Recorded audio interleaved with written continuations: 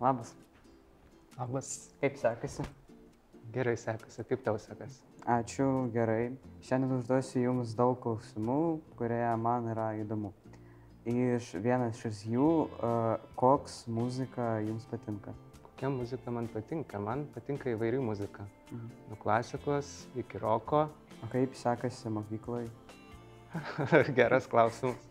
Geras klausimas. Dabar atostogos, dabar viskas gerai. Buvo sunkus mokslo metai, bet viskas buvo įveikta ir padaryta. O kokiu momentu buvo sunku? Tada, kai reikėjo vesti trimestrinius pažymius, nes tada atsibunda visi mokiniai ir pradeda siųsti darbus savo. Kaip sugalvojo tapti mokytoju? Aš įstojau į dainavimo programą ir pasiėmiau gretutinės studijas, bakalaurinius. Ir toks mano buvo pasirinkimas, galbūt jisai buvo spontaniškas iš tikrųjų, kadangi aš atidirbau teatre ir man reikėjo pokyčių gyvenime. Taip aš ir atsiradau mokykloje. Sunku buvo pirmą kartą vesti pamoką? Na, buvo toks iššūkis, kadangi man reikėjo pažinti visus ir ta pirma tokia pamoka buvo pažintinė, galima sakyti. Kad pasakyti, kad sunku, galbūt ne. O ko Jūs dar veikėt mokykloje? Aš esu mokinių tarybos kuratorius ir tu esi pirmininkas, ne? Ir taip pat turiu būrelį vokalinį. Taip pat esu menų metodinės grupės pirmininkas ir renginių organizatorius. O Jūs mokykloje su mokytoja grupė keliaujate į kažkokią tai edukacijas? Taip, mes dažnai važiuojam į edukacinius renginius ir šiaip galime kiną nuvažiuoti ir bowlingą. Ir aš manau, kad tai reikalinga, tikrai.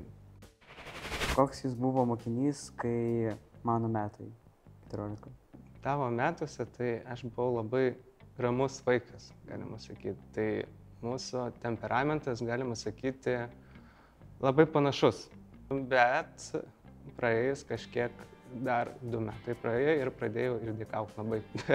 Tai aš paišdykauti mėgdavau, bet paskui vėl aprimau.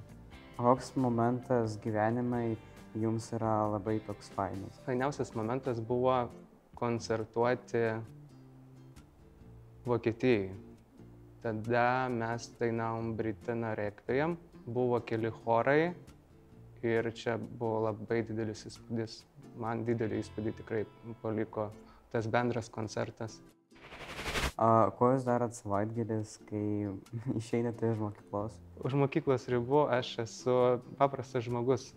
Aš kaip ir visi žmonės, normalūs, išeinu į kiną, išeinu kokį koncertą, išeinu pasivaikščioti su draugais ir taip toliau. Koks Jūsų mėgstamiausias knyga arba filmas? Knyga tai aš labai mėgstu Harry Potterį. Tai čia mano pati mėgstamiausia galbūt. O filmo aš žiūriu labai daug ir labai patiko Avataras. O koks fainas momentas buvo Harry Potteris, kurį Jūs prisiminėte? Na, man patinka atmosfera tenais, kaip sukurta, pati atmosfera, kaip ten viskas vyksta, kiek ten daug padirbėta buvo su ta knyga, su istorijom ir su personažais. O tas man labai patinka. O jeigu Jūs turite gyvūną ir kokį gyvūną Jūs norit? Aš turiu katiną. Tai koks aš gyvūnas? Čia toks įdomus klausimas. Aš galbūt asocijuojuosi su katinu. Tikriausiai. Koks tobulas savaitgalis? Koks mano tobulas savaitgalis? Kai leidžiu savo labai daug miegoti ir kai leidžiu savo randu laiko susitikti su draugais, su artimaisiais savo ir nueiti tiesiog leisti laisvalaikį. Tai būtų kinas, arba būtų kokia nors paroda, arba tiesiog koncertas. Koks mėgstamiausias patiekalas gaminti? Gaminti aš nemėgstu, tiesą pasakęs, tai tikrai nemėgstu. Tai jeigu gaminti, tai tik kažko labai paprasto, o jeigu būtų mėgstamiausias patiekalas mano, tai burgeriai, silpnybė, burgeriai. Kokia yra svajonių jūsų šalis? Man labai patinka Japonija, iš tikrųjų. Ir patinka kultūra, patinka žmonės, bet aš neketinu kažkur kitur gyventi, negu kad Lietuvoje. Lietuvoje yra geriau. O kas yra jūsų laimė? Laimė man yra, kai visi artimieji sveiki, kai nėra kažkokio streso gyvenime, kai jauti laisvę. Tai vat, man tai yra laimė. Gerai, o koks toks fainas momentas buvo mokykloje, pavyzdžiui, kurį prisimenu? Man buvo fainas momentas, paskutinis fainas momentas, kuris įvyko, tai čia buvo paskutinis skambutis 12-oko. Buvo labai daug tokių gerų momentų, linksmų ir nelabai linksmų. Buvo daug padirbėta iš 12-okų pusės, jie sukūrė ten labai daug video ir dėkojo mokytojams ir buvo toks fainas jausmas, kaip tu ir sakai, koks momentas. Tai va čia buvo fainas tikrai momentas, paskutinis mokykloje. O koks jūsų mėgstamiausias gėrimas? Coca-Cola mėgstu. O kokia mėgstamiausia vieta namuose jūs turite? Balkonas, labai mėgstu į balkoną nueiti su puodeliu kavos. Koks jūsų didžiausias pasiekimas gyvenime? Labiausiai gal galiu išskirti tai savo darbą teatre ir kai man teko dainuoti solinės partijas su orkestru gyvai. Ir, pavyzdžiui, spektakliuose Prūsai, Giedrio Kuprevičiaus buvo premjera ir atlikau solinį vaidmenį ir šis spektaklis buvo transliuojamas LRT. Kokius jūs turite svajonę šiuo metu?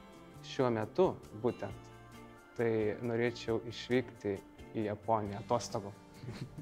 O kas jūs įkvepia? Kalbant apie muziką, mane įkvepia kompozitorius Beethovenas. O jeigu iš šiuolaikinių atlikėjų, tai dabar labai įkvepia Fauzijos muzika. O kokia jūsų didžiausia baimė yra? Didžiausia baimė, labai bijau gyvačių. O kokia pamoka jums labiausiai patinka mokykloje, kai buvote vaikystėje? Kokia man pamoka patiko vaikystėje?